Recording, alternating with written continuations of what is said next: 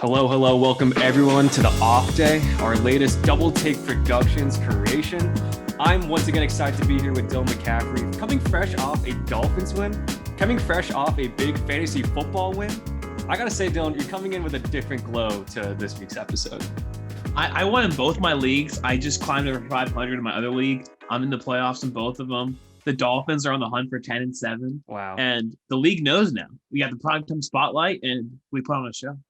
You really did. And all those MVP Lamar Jackson discussions, you put an end to that too. So you honestly, you did damage to the league, just like you said you would last week. I'm happy for you.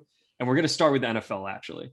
Now, I hate to bring your high all the way down to a low, because we have to start with the Pats. We have to start with the Pats. This is ridiculous. You're a Dolphins fan. I'm a Steelers fan. We were just looking for maybe like 3-4 years of Patriots mediocrity. Maybe we just have a break. Maybe, we knew that they're going to come back and they're going to do damage again. They're going to be the empire of the NFL, but we got 1 year. We got 1 year of Pats mediocrity. They're already seeming to be like the most well-rounded AFC team. I'm pissed. I know you're pissed. I don't really know what to make of it, but I mean, let's be honest, man. They're the team most trending up in the AFC right now.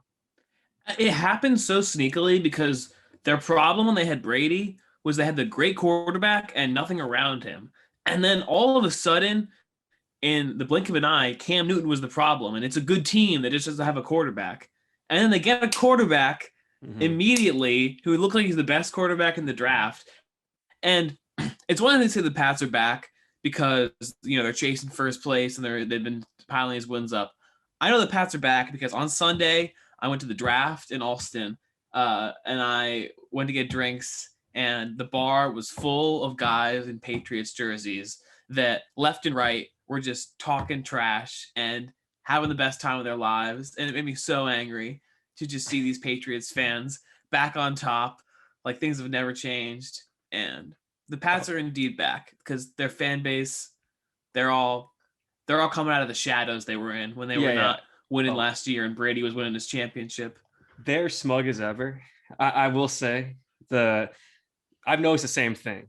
All of a sudden I'm seeing Pats gear in places like Target and CVS. All of a sudden Pats mania seems to be back in New England. Now, I want to pump the brakes on it a little bit. We talked about a little last week that their wins weren't exactly against impressive teams. They had some impressive losses. But now in the season of them kind of turn the corner, in my opinion, we still have to find out really who exactly this team is. And I think that if you look at the next few weeks, like, maybe a game against the Falcons, who knows what they're going to get? Maybe a revenge game for Matt Ryan, Matty Ice.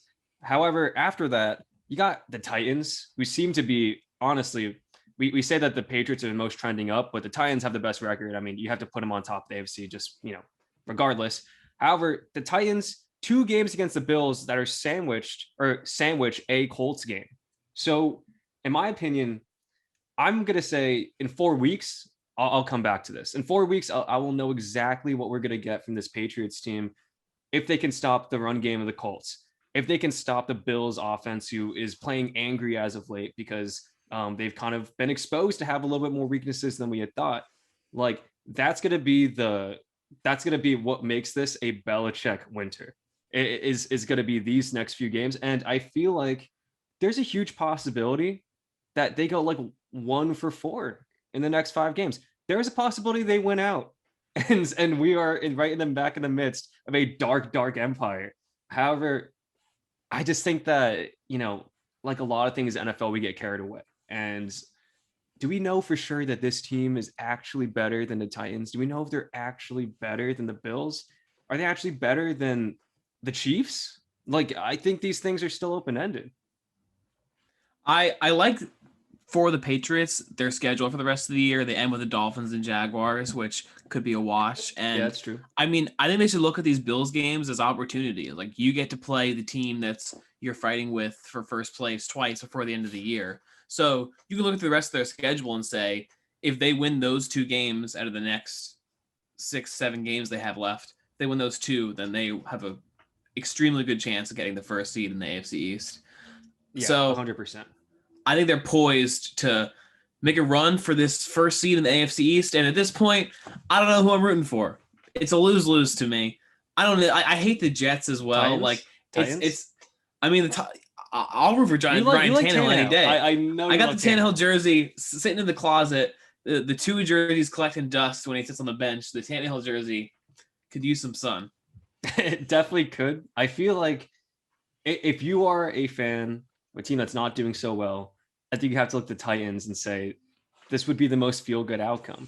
Like who doesn't like Rabel? I think right now he's coach of the year. Like I think that when you look at this team, it's always been like, oh, Derrick Henry, he's the guy. They're nothing without him. You lose him, you pick up a big win against the Saints.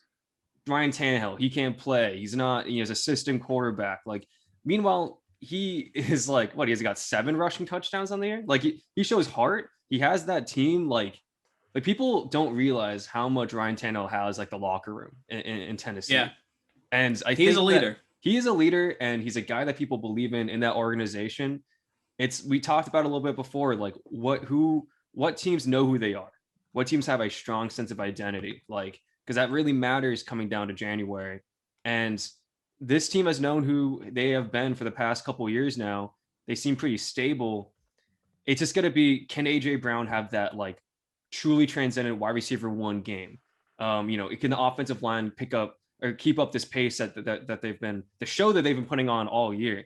And this defense that honestly to me is completely unexpected. Like, yeah, they pick up, guys that are solid players. You see the departure of Judon. You see people saying that this is going to be like a mediocre defense. This has been like a top tier defense. It's kept them in games. Um, these things to me are just kind of like, it's all about sustainability, and it's always been the deal with sustainability of this team. Like, can they pick, with all the hurdles, can they keep up the pace, and can they be a top competitor? I just feel like me as a Steelers fan, we're still kind of in the hunt. But if I had to root for a team outside the Steelers, like I really am rooting for the Titans to just shut everyone up. And I do feel like they're so kind of the Jazz of the NFL, and I want them to break through that barrier so that they don't just get clowned every year, despite having great records. The Titans and specifically Ryan Tannehill, I've always been all about. And it was a lot of fun to watch this team with Derrick Henry, just because it was fun to see a running back just run an entire offense of a 1 seed in the NFL. And he had a good shot at being an MVP and breaking up the cycle of just quarterbacks being the MVP. But Ryan Tannehill especially fits in this system because you can look at his stat line and he's not putting up more than 270 yards in most of these games. No. And even when they win in a blowout, it's like, he had 185 yards and a touchdown because they were winning and they just ran the ball.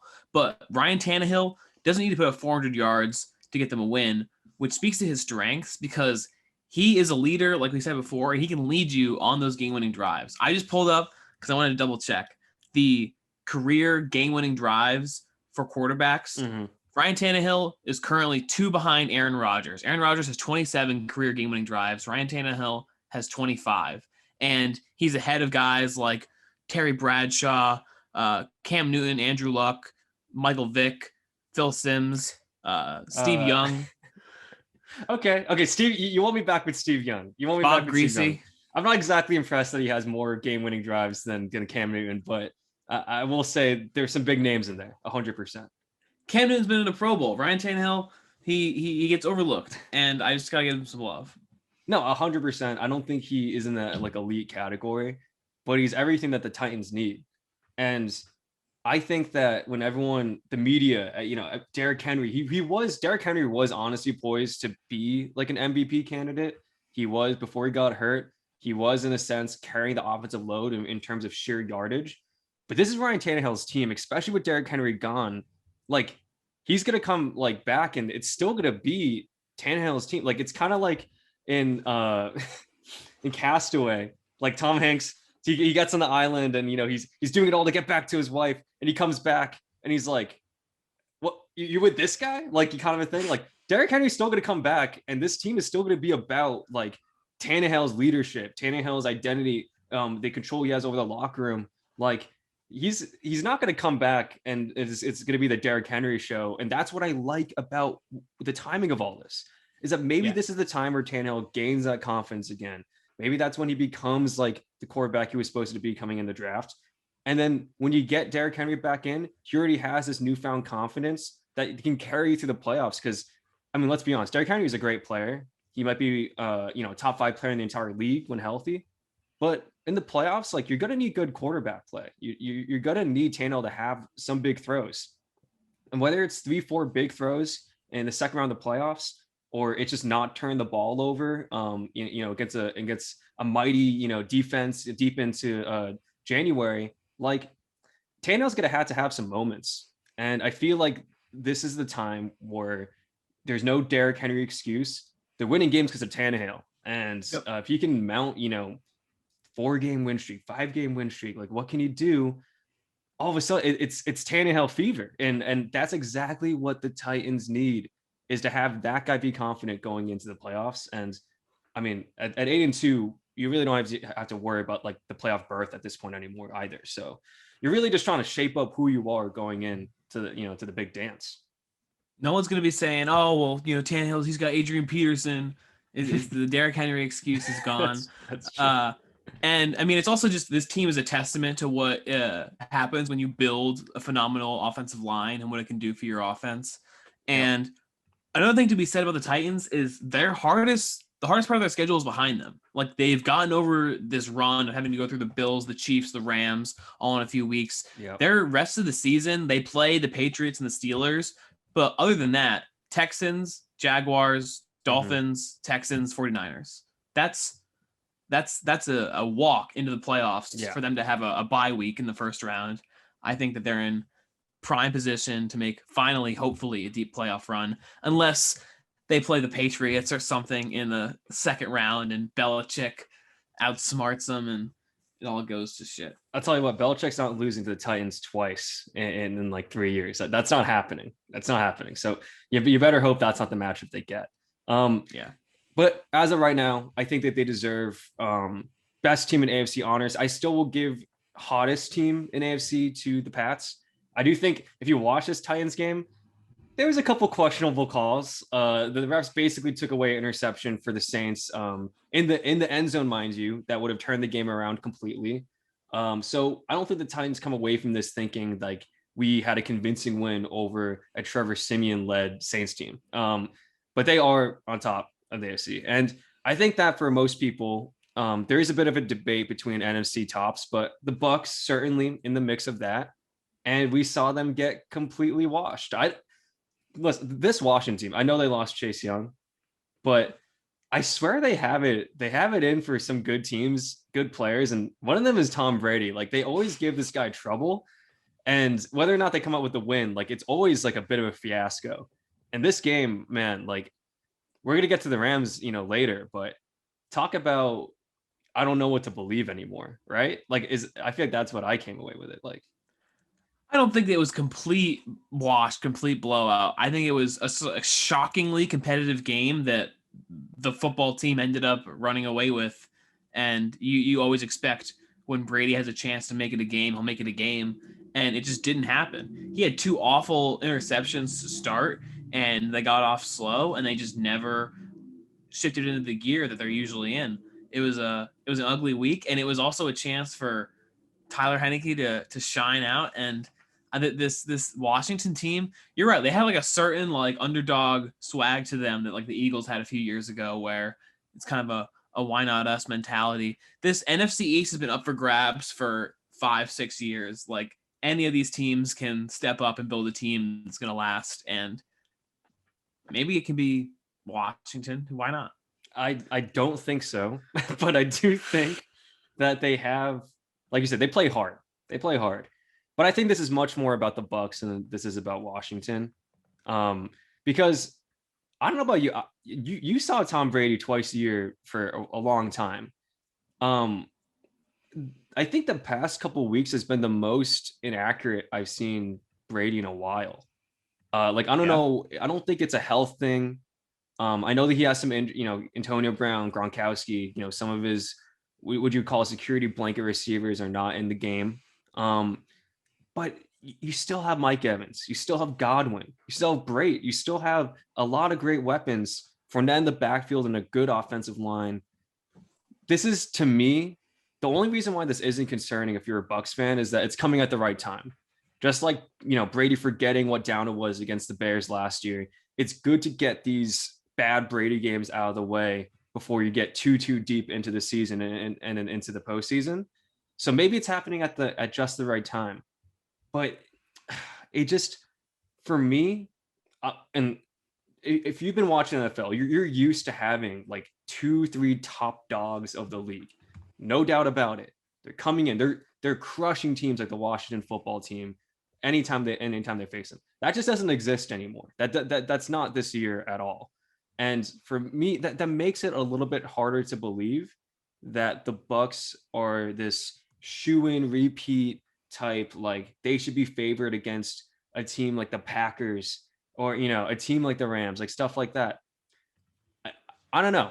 I've doubted Brady in the past. We've gone burned on it so many times, but I just think that it feels weird. It feels like that this is like Brady not it's not a health thing. It's not like it's not a competitive fire thing, like maybe taking this game off. He wants to beat every team's face in. He's that psycho. But it's just he doesn't seem accurate. Are you seeing the same things I'm seeing? Because Brady better than anyone else that I know. Yeah, he's old and he sucks. That's what I can tell you about There's Tom no Brady. way. No, Brady. I think you pointed out that he's got Brown and Gronk hurt, but I think that he has so many weapons that he has no excuses. I think that there is a changing of the guard in the NFL right now, where you had dynasties like the Patriots and you had Drew Brees and Aaron Rodgers and these guys running these teams forever, and you're seeing those come to an end and new ones come up. But you have what you thought was going to be the next wave of really good teams, and the Chiefs and the Ravens and the Texans with Lamar and Deshaun and Mahomes, and all three of those teams are definitely below where you would have expected them start of the season or start of last season to be at this point. And yeah, I think that Brady, he's got to run out of gas eventually. I don't think he's really going to slow down this year or honestly anytime soon. I think that this is just a classic arc of a Brady season where you find holes in the team and you find holes in his performance and say like the cracks are forming and it's all going to break apart, and then they surge into the playoffs and they run through everyone. No, 100%. It does feel though that like, and maybe it's what you're talking about against the facade. This time it just feels a little different, and I feel like not like we had to question his greatest pedigree, what he can bring to the table. It kind of feels like, I don't know, watching the deterioration of someone who's great is not always so clear, but it shows itself in little moments. Not to keep on comparing to something in Hollywood, it's like Jack Nicholson in The Departed, where he's at the end of his career, and you see these little moments where it's like, why do you bring the dildo into the theater scene? Like or why did there's like little things where it's like, yeah, I think he's kind of overacting there. Like he's not, maybe he doesn't have like that he doesn't have to, he can just genuinely be crazy, doesn't have to sell you on it type Jack Nicholson vibe. But then you see it in little moments. It's like, this guy is still good, but this time feels a little different, and the concerns are a little bit more unique to the current day and age, the current season. That's what makes you a little bit concerned. It's like different problems. Like Brady being inaccurate is that's an aberration. Like, it's not usually the problems he has. He's not even being pressured the way that he has been in the past. It's like, oh, we got to rush Brady. It's definitely concerning. I will say though, I think the most concerning loss of the week belongs to the Rams. Would you agree? I think the Niners maybe be a good team, but what was that? Like, what the hell was that? Like, what did you think Rams? The Rams tweeted that like all in gif with the guy pushing the chips in, and that in that movie scene, the guy that's pushing the chips in, he loses that round of poker. And they tweeted that when they went and got OBJ. One more thing on Brady before I jump into that is to say that I think that he's getting carried down by really bad games because he has had some extremely good games this year. Because at this point in 2019, his last year in the Patriots, the whole year in 2019, the Patriots, 24 touchdowns, 8 interceptions. This year, through 9 games, he's at 27-7. So more touchdowns, fewer interceptions than that whole season. And he's on pace with his yards, but his touchdowns and interceptions are, it's a good point. Like, And I mean, his interceptions are also like at the point that it would be at the end of an entire season. So he's throwing more touchdowns and more interceptions. Yeah, And there his is a QB Brady rating is standard. staying up. His QB rating shows that his ratio is still up to par with him being a top quarterback. 100%. But yeah, I think some bad games bring him down. But yeah, the Rams. I expected. I was hoping after the Browns had that big loss that OBJ would come out with like 120 yards and the Rams would be on their way OBJ might to a not be good February anymore. run. He might not be good anymore. Give him one more. He has to learn the playbook. This is no excuses after this one. He's got to have a good week this week. Yeah, I mean, more than that though, it's for me personally. I mean, Stafford obviously is hindered by something. I don't know what's wrong with him. I don't know if it's broken ribs. I don't know if it's like some kind of minute shoulder injury, but he's clearly not right. Um, but I get when I ask what do you think is wrong with the Rams is because the past few weeks, it's like they are all in. Like on paper, this team is head and shoulders above these teams that they're losing to. Like, and even the defense. I mean, like you're getting ran all over by maybe that's Shanahan's specialty, but what can you make of the Rams not showing dominance on either side of the ball for like an extended amount of time when they've done nothing but make additions that would make any other team better in the entire NFL? They came off of a loss to the Titans where the Titans dominated them because I think the Titans maybe at this point in the season are the better team, and they should have come off. Who knows? They should have come off of that loss saying like, all right, let's like get back to form and let's like have like a statement game. And coming off of that loss, they lost by 20 or 21 to the Niners. And you're right. In that game, you're scoring 10 points over 4 quarters and you're giving up 31. Like you're supposed to be a team winning a championship this year and a team that's not going to make the playoffs. You're being completely dominated by. It's an awful look. I still believe in them, and I think that you can have a game or two like this in your season and still be a great team. But they lost Robert Woods, and if OBJ doesn't step up like you would hope he would, that is a big detraction to their offense and their production on offense. Okay. Yeah. Well, let me just finish off the NFL and with this question because I do think the parity is evident. Who's your NFC favorite?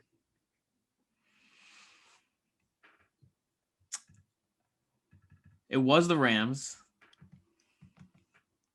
And you're not going to say the Bucks. You're not going to say the Bucks. The Brady hate is too strong. How about the Cardinals? My boy DeAndre Hopkins. Okay. For me, 8-2. For me, it's the Green Bay Packers. And listen, the guy caught a lot of shit. They didn't look all too great last week either. Okay, true, Aaron. But here's why. It's because that man Aaron Rodgers, he caught a lot of flack, deservedly so, right? So, and we all know that media has a play in the MVP race discussion and whatnot. I think that Seattle game was a huge trap game. It's Aaron Rodgers coming back from the whole entire fiasco. It's the team re-energized by Russell Wilson's presence. Like it's a whole different game. There is no motivating factor, and you know this when you're on a team and your best player comes back from something, an injury, whatever. You believe you're going to win that game. So that entire like the Seahawks defense, the Seahawks off, like the whole entire building is feeling a whole different way with Russ back in the locker room, right? And the Packers still took care of business. Yeah. Let's be honest, man. This guy's the MVP candidate right now. He is. He's had one bad game. He's missed another game because of obvious reasons.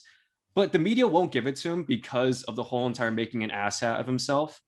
And the narrative just isn't there. But who has shown more value? Like, and when he's in the game, and like, I think there's this crazy stat of like underdogs have been hitting on bets, like good teams aren't covering the spread and whatnot. The Packers have like played up to Vegas standards like more than any other team in the league. What that says is that they're, in terms of expectation, they are stacking up. And who can say that? Who can say that week after week? Nobody in the NFL right now. So if I'm talking consistency and I'm talking like who does this team think they are? What kind of experience do they have? The Packers were one play away, one Matt LaFleur complete botch away from being in the Super Bowl last year. And an Aaron Rodgers MVP year where they went 13-3 for the second consecutive year. That is a team that has been there, that knows who they are. I feel like people don't want to give it to him because they think he's an asshole. I think that's literally what it comes down to. And I think it's kind of undeniable. Is that wrong? Is that so wrong? It is wrong. It's not most likable player. It's not who's most brandable player. I think it's a bad precedent player. If your MVP is this guy that's making an ass of himself. Listen, it's not a great look. I will agree with that. But dude, he is the most valuable player this year. There's no doubt about it. And his team has a great record and stacks up to expectations week after week. And Stafford sometimes looks like he's Stafford lost. Stafford has lost that. Like with the way that Rams have been playing the past few weeks, he's lost his case. Lamar Jackson, that Dolphins loss, he's gonna have to do something crazy to win another MVP this year at least. You deserve to put that hat on because y'all made him look stupid out there. No one's made Aaron Rodgers look stupid. Like no one's made Aaron Rodgers look like he's been a clown except for that week 1 loss, which it's week 1, right? So I think it's crazy that people aren't giving him the credit on the field that he deserves. I think that people need to put their emotions to the side. They need to put non-football things outside of the realm of a football award. And that's the end of it. Like, I get it. You don't want to. It's like when the most annoying kid in class makes a good point and you're just like, I don't want to agree with him. I don't want to, I don't think he's right, but he is. So I just think at this point, if the NFL does not, if this continues and the Green Bay Packers have the best record in the NFC and he continues to play the way he's playing and they don't give it to him, that's ego. That's all ego. So that's what I feel like, maybe people would say that I'm a anti-vaxxer, sympathizer or something like that. That's far from the truth, but this is a football award. All right. Let's think about football, but it's football. It's football. It's football. And now before I get canceled, let's move on to the NBA because we talked about a little last week that the parity in both leagues is great and it's definitely apparent. But one team has risen above the rest from all the craziness and the close to 500 records. Maybe you could say it's a couple, but one team that's undebatably put themselves in different categories, the Warriors. And we've complained about the Warriors about, them always being in the finals and whatever. And they got KD, F this team. They're back. And honestly, Steph Curry might be the best player in the league right now. that was what I was going to say. I think I have to have this conversation. Is Steph the best player on the planet? Because I don't think it's been LeBron for maybe a couple of years, but KD going to the Warriors disqualified him from claiming that title, and him being hurt produced nothing on the court. So maybe it should have been KD for a while, but LeBron has had the title for a while. Giannis won the championship last year, but I wouldn't put Giannis above Steph. I don't think. I think if it's Steph and KD, I think KD might be the better player, but I think Steph's the MVP, like for sure. And Steph might also be the better player. Steph has a losing record against KD all time, but Steph beats KD when it matters. He won the playoff series. He comes up big against KD. KD, when we're back to this, by himself hasn't won anything. And so if we're going to say who's the better player, who do you want on your team? Like Steph on the Warriors team that is not overrun with talent. He has produced a winning environment and a winning culture, and that's with the help of Steve Kerr and Draymond and Iguodala, who looks like 10 years younger all of a sudden. Yep. It's been fun to watch, even though I mean, I enjoyed hating the Warriors during their peak, and honestly, I'm fine with a resurgence. You here. hated Kevin Durant. Let's Yeah. call it what it was. It was, and I think a lot of the hate that came from that whole entire dynasty was because of the Kevin Durant move. I don't think we can deny that. Now, I think it is surprising that Steph has a losing record against KD. Actually didn't know that. I would not have assumed that at all because he owns him, like you said, in the moments where it actually matters. And KD does owe Steph Curry for sure in terms of his legacy for those titles, like 100%. Now, I think when we say like, is Giannis the better player, Steph is more valuable, where I struggle with that is can we say definitively that Steph had a worse year than Giannis last year? Because Giannis may have won the title, but Steph, he was on another level. One of the best years of his career. Yeah. And if he was on a team that was in the one seed in the league, maybe he gets over the hump because he was in the conversation coming in as the 7 and 8 seed. Now, the big question obviously is it sustainable? Well, the Warriors like continue to win like this despite Gary Payton being like the fourth most productive person on the team. Are these role players really, gonna continue with this? Is Jordan Poole 6-man? Like, there's a ton of things that the jury's still out on, but where do you feel like the Warriors are in your books in terms of title favorites? Like, are you ready just to say, put them with the Lakers? In my head, there's two teams in each conference that I think will end up or should end up in the conference finals, and I think could end up as champions. Oh, we got a prediction. We got an early prediction. In the East, it's the Bucks and the Nets. The Bucks because they just did it, and the Nets because of all their talent.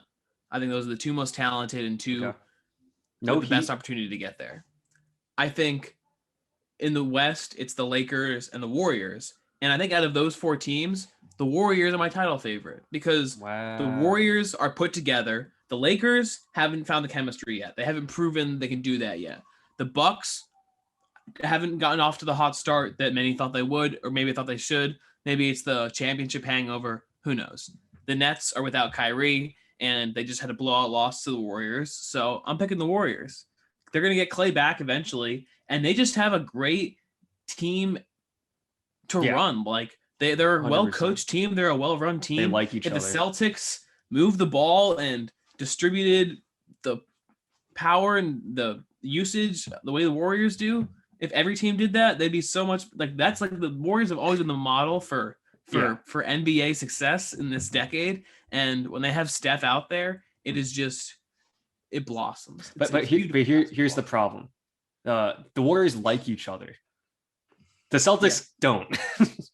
Yeah. Our players don't like each other the way that the Warriors like. Tatum's not hitting a three and the bench isn't doing this, and there's no towels being waved. There's none of that. Steph will hit 2 threes in the first quarter, and you would have thought that every player on the bench had just won the lottery. That's a completely different environment, and that's why I almost agree with you.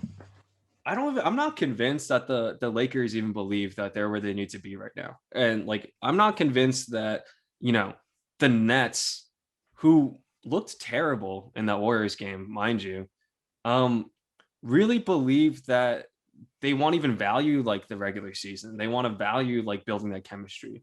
That nonchalant nature of we'll just pick it up when it actually matters is what screwed them in the playoffs in the first place. So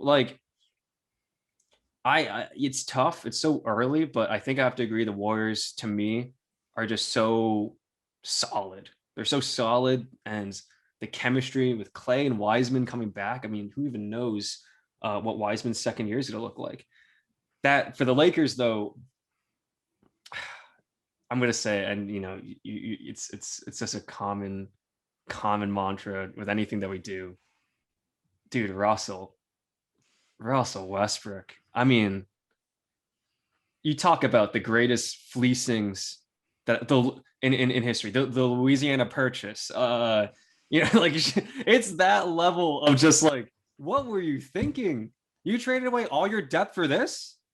for this? This is 40% this from is the we're from the at this floor? point in the Russell Westbrook circle of the Life. season. Yeah. It's he's bad for a while, and then you say, wait a minute, and then all of a sudden he's the best player in the world again, and then it's the playoffs and he sucks and they lose. I So mean, this is par for the course. This is what they signed up for with Russell Westbrook. and excuse me for getting carried away and not, seeing the patterns as they are. But dude, like, and I think the question of fit has always been there with this trade. I think that people wondered, it's like, this guy can't shoot. You traded away Yeah. all your shooters. Like, what are you going to do? How are you going to space the floor? They started Carmelo yesterday to try to Who's alleviate on this fire? problem. Yeah, yeah. And no, don't get me wrong. I'm not trying to roast Carmelo, but if you're starting Carmelo in 2021 to try to alleviate your Russell Westbrook problem, I mean, Like it didn't it work on the Thunder 4 years ago when it they were in their prime or so. it's just concerning. It's just flat out concerning. All his numbers are down. I mean, him shooting 29% from three, that's not even the worst year from three that he's had. This is going to continue. He's going to continue to make bad decisions late in games. He's going to continue to take stupid shots that he shouldn't have the authority to take.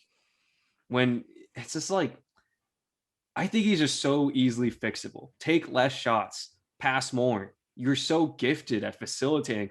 You, there's a version of Russell Westbrook that's just a pure point guard that makes teams better.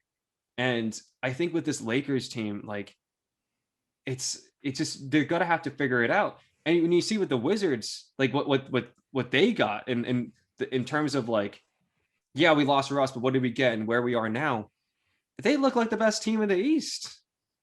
And Bradley Beal's not even playing well. He's having the worst of his career in years.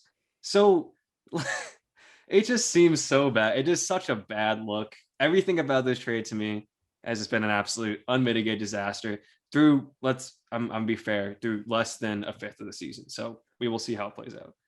The Wizards, with the pieces they got from this trade, are looking like they're about to build a contender. They were like going to break this all down, like piece by piece. Like, what can they trade to take off their cap, and how can they rebuild? And now, like, maybe they'll build around Bradley Beal, and they got these pieces like Kuzma and Clarkson, and it's gonna help them in the long run. The Wizards and Bulls sitting on top of the East right now after the off seasons they had.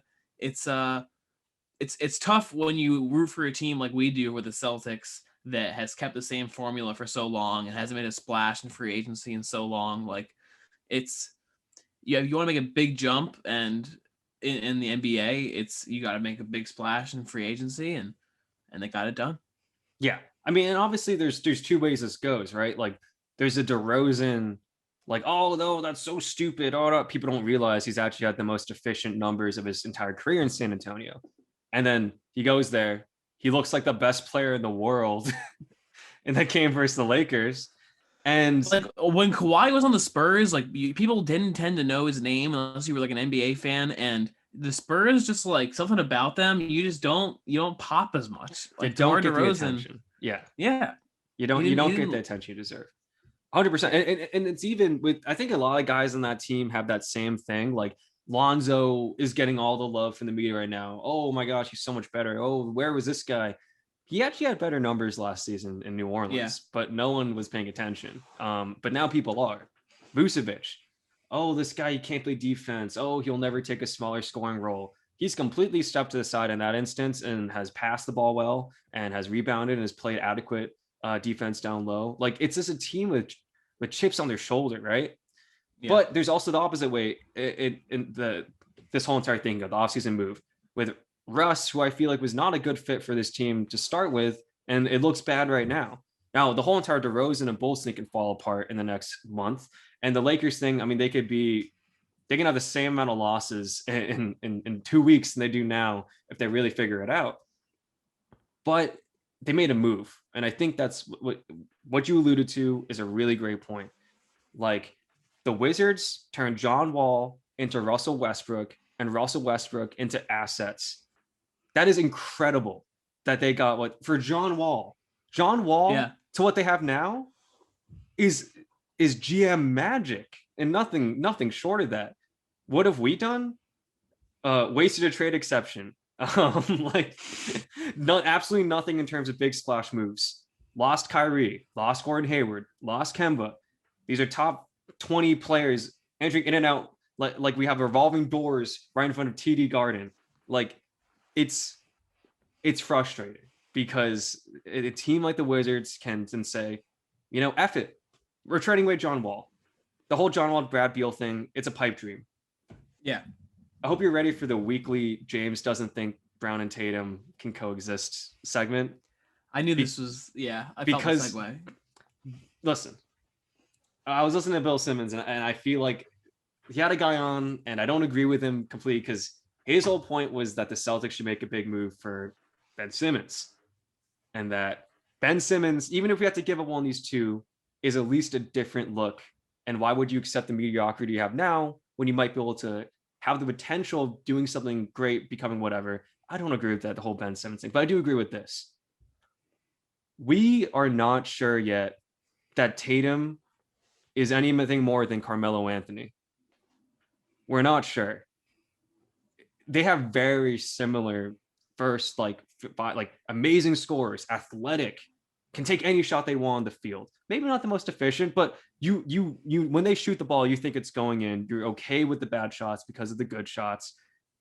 And some playoff success. People forget Carmelo was making Western Conference Finals in Denver. Like, it's hard for me to say that because comparing Tatum to Carmelo, like I would love him to have a better career, but how do we know that isn't how this is going to play out? What evidence do we have that this isn't going to be the way it plays out?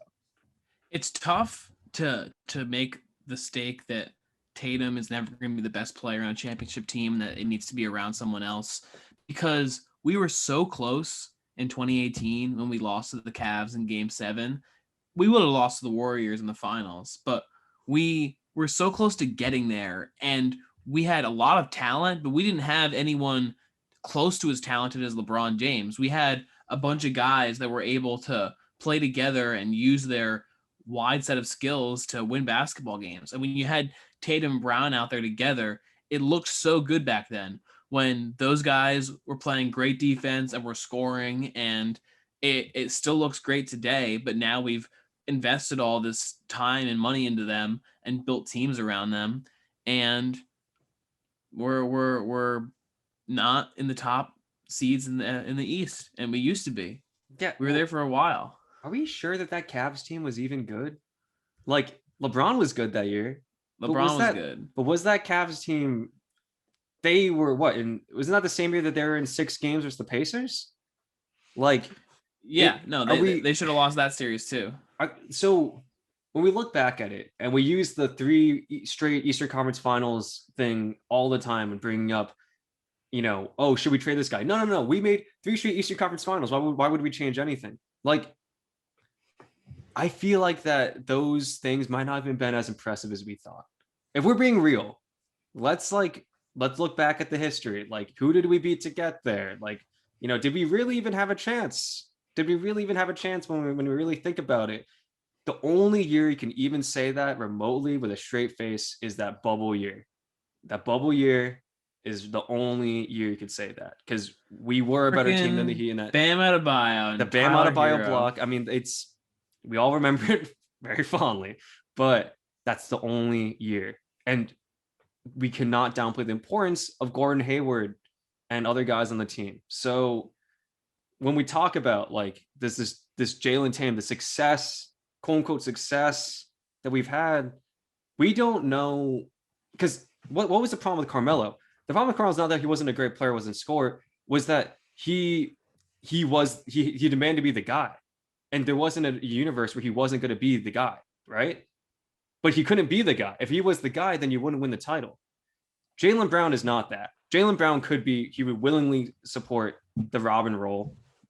And he's incredibly good at that. And he's overqualified at that, but he's in a whole different mind space, whole different set of expectations than Tatum. Yeah. I'm not saying trade. This is not the trade. I'm not even sure, but still that Tatum is better than Brown, but we have these completely different sets of expectations for them. Like, Tatum is more skilled than Brown, but Brown might make your team better than Tatum does. I don't know. Yeah. Well, that point is what I'm talking about, because of his willingness to say, I'm not. It's like the same thing also with leadership. Tatum wants to be the guy, but he doesn't have the leadership. Carmelo wants to be the guy, but he wasn't a great leader. He's never been a great leader. So then you have the Knicks, right?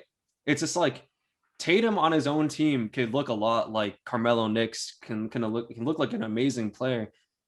I'm starting to have doubts of if he has the pepper, really, to be a leader, to be the guy that we need. And if that's the case, it's always, the NBA is a sooner rather than later league. You want to be 1 year ahead of the curve, at least when making these moves. This isn't that I want to trade Tatum because I love the guy, I believe in. But if you're saying that there's no way that we would be better, that we wouldn't be better, I'm sorry, if we replace Tatum with a Dame and other pieces, like a Dame and a Nance, right? Or, name the superstar, pairing them with Jaylen Brown. I am ready to believe anything, is what I'm saying. And I think that's where Brad needs to be. I think Brad has a big offseason coming up because we choked up last offseason saying that we're going to save the cap space and we're going to have financial flexibility. Now you've got the flexibility. We're going to go in. Well, okay. Well, if the Wizards keep winning, then yeah, that's going to be out of the picture. But I think that's what you have to determine is that, we're going to go through this year, another year, Brown and Tatum, and then go into next year with a roster built for a championship, supposedly. And if it doesn't work after that, that's when you're pulling plugs and lighting fires and pulling alarms and getting everyone out. Wasn't that last year? Like, wasn't that like exactly what you're saying? But we didn't put together a roster to build like a championship team this year. Like, did we? Like, we got Horford and Schroeder, and that's great. But I think that we're still missing the third. Like, we let Kemba leave. We need the third guy, and not in terms of having a big three. Just like we didn't get Drew Holiday. Like there's guys that could be the ball dominant player in this offense and make it work with Tatum and Brown. If the guy and the third guy, whether it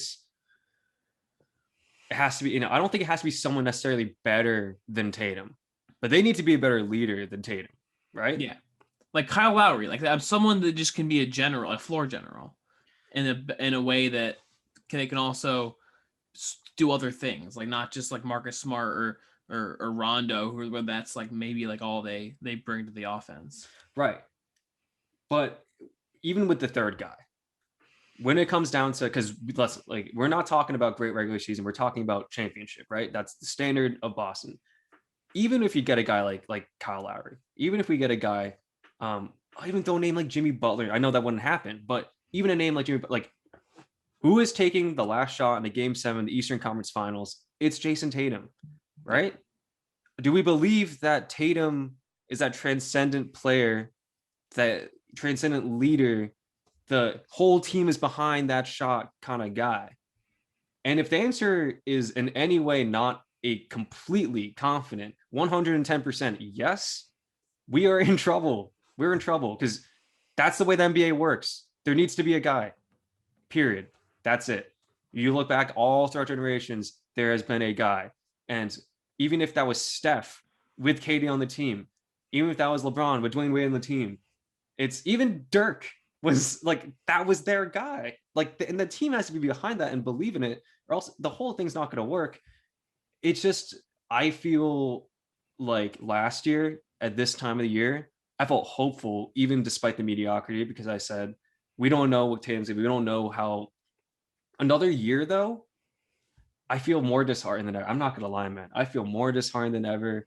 I don't know exactly if this pairing is what we want it and what it's going to be. And it's funny that it doesn't even come down to talent. It almost comes down to personality. I got bad news, and it's that I don't think that we're making that trade this year, and so you're gonna have to suffer for a little while longer. I agree with you. It's gonna be interesting to see what happens. Even without us making a move, I think we're a play-in team at least. You think that we're a straight up playoff team. Um, you are on record saying that. I did say That that. is on the tape. And I want to believe you. The But Knicks are gonna fall. The Cavs are gonna fall. We'll be fine. yeah, I want to believe you. But it's gonna be a really interesting season. I'm looking forward to it for sure. Now, just to end it off on a high note, and not that figure. I want to ask you about you, Dan. Like all this sports talk, all the let's talk shop. Let's talk about how you've been doing. Not to Absolutely. blindside you, but I feel like this is a good time for us in the podcast, just kind of talk it out. Let's figure out us as people, us as sports fans. Sports fans are people too, So I just kind of want to open the floor to you. Call it highlight, low light. You don't have to have a low light. That's how it works. Everyone's been a summer camp with roses and thorns. You don't have to have a thorn, right? I kind of want to open the floor to you. What's been going on? What do you want to talk about? So I can tell you a real one, a genuine one, and then a more superficial one. This last weekend was my dear sweet mother's birthday. We had a wonderful day together in Newburyport. Amazing. Wow. That's the highlight. The low light. None of the clothes I bought for her were the right size. I don't know what I was thinking or doing. It wasn't too small, was it?